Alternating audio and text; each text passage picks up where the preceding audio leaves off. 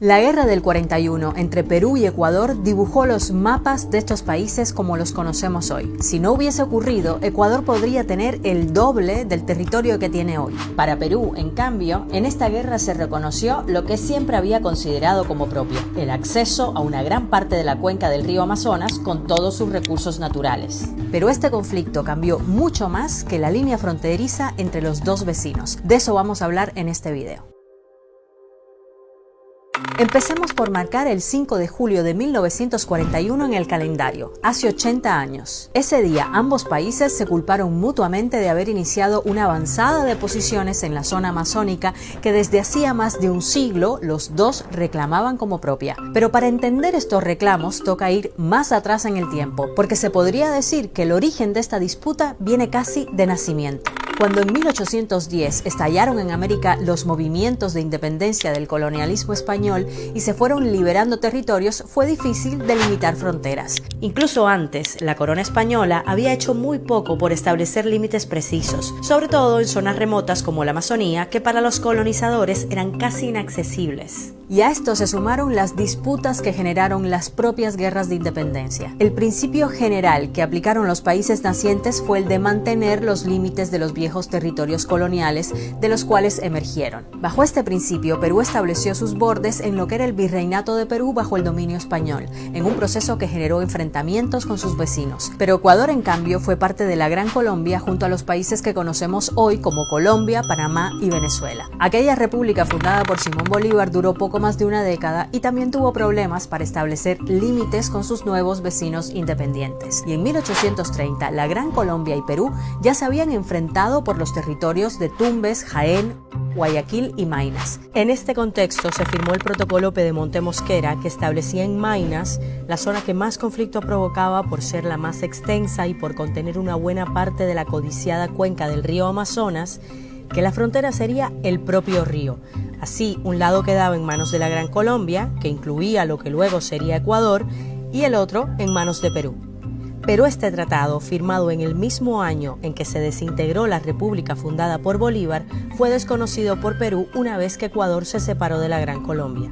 En las décadas siguientes hubo varios intentos de mediación que fracasaron y casi un siglo después, en 1936, el conflicto entre Perú y Ecuador llegó a la misma Casa Blanca. El entonces presidente Franklin Delano Roosevelt actuó como mediador en unas negociaciones que, si bien tampoco llegaron a ningún acuerdo, sí le permitieron a Perú establecer una línea fronteriza provisional. A esta línea divisoria, que Ecuador no aceptó pues le restaba todo el territorio amazónico de Maynas y el acceso directo al río Amazonas, se le denominó el Acuerdo del Status Quo de 1936. Y fue importante porque sobre los límites que establecía ese acuerdo 5 años después escaló el conflicto. Volvamos entonces a 1941. En la zona en disputa se vivía una especie de tensa calma a la espera de resolver las diferencias fronterizas y había puestos militares de ambos países en varios puntos. Primero hubo un movimiento de soldados de parte de Ecuador al que Perú respondió y así fueron escalando las tensiones. Pero a esas escaramuzas le siguió una invasión de Perú que ocupó durante unos 6 meses no solo el vasto territorio en disputa, sino provincias enteras de Ecuador que no estaban hasta ese momento en el mapa del conflicto. Además, ejerció un bloqueo marítimo sobre Guayaquil, el principal puerto comercial de Ecuador, que impidió el envío de suministros al ejército ecuatoriano. La superioridad militar de Perú era evidente en experiencia bélica y recursos. El ejército ecuatoriano, en cambio, no estaba preparado logísticamente para un enfrentamiento de esa magnitud. La campaña terminó sofocando a Ecuador y el conflicto terminó con ayuda internacional. Con mediación de Argentina, Chile, Estados Unidos y Brasil, se firmó en plena Segunda Guerra Mundial el llamado Protocolo de la Paz, la Amistad y los Límites de Río de Janeiro. Una enorme presión diplomática puso fin inmediato al enfrentamiento y por primera vez se estableció una frontera oficial entre Ecuador y Perú luego de más de un siglo de disputa. Pero en la lectura general de los ecuatorianos, este final fue injusto. Perú aceptó retirarse de los territorios que había ocupado en Ecuador, pero a cambio de que se estableciera oficialmente la frontera como la había planteado en el Acuerdo del Statu Quo de 1936. Así Ecuador perdía todo el territorio amazónico, el tramo de acceso directo al río Amazonas y los recursos de esta rica zona. Solo para poner un ejemplo, Loreto, una de las provincias que quedaron oficialmente del lado peruano, es una de las fuentes petroleras más importantes importantes de Perú. Esto explica en parte por qué Ecuador firmó a regañadientes ese acuerdo en 1941 y por qué la herida con la nueva frontera quedó abierta. En las décadas que siguieron, Ecuador incluso llegó a desconocer el protocolo y vinieron otros enfrentamientos armados como la Guerra del Cenepa en 1995. No fue hasta 1998 que los presidentes Yamil Mahuad de Ecuador y Alberto Fujimori de Perú firmaron el Acuerdo de Paz de Brasilia, esta vez la definitiva.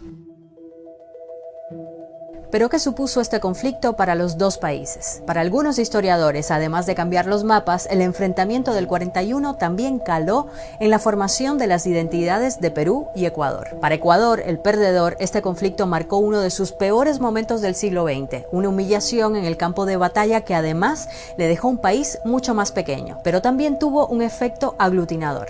El Perú se constituye para el Ecuador en ese enemigo necesario para crear la unidad, porque no hay un proyecto social, económico, político fuerte y por lo tanto para crear un sentido de unidad se necesita un enemigo externo. Y para el caso del Ecuador, ese enemigo fue el Perú. Para Perú, el ganador fue una contundente victoria que trajo muchos réditos políticos y económicos. Perú considera este conflicto, la campaña militar que se llevó a cabo durante el mismo, como la más exitosa en nuestra historia.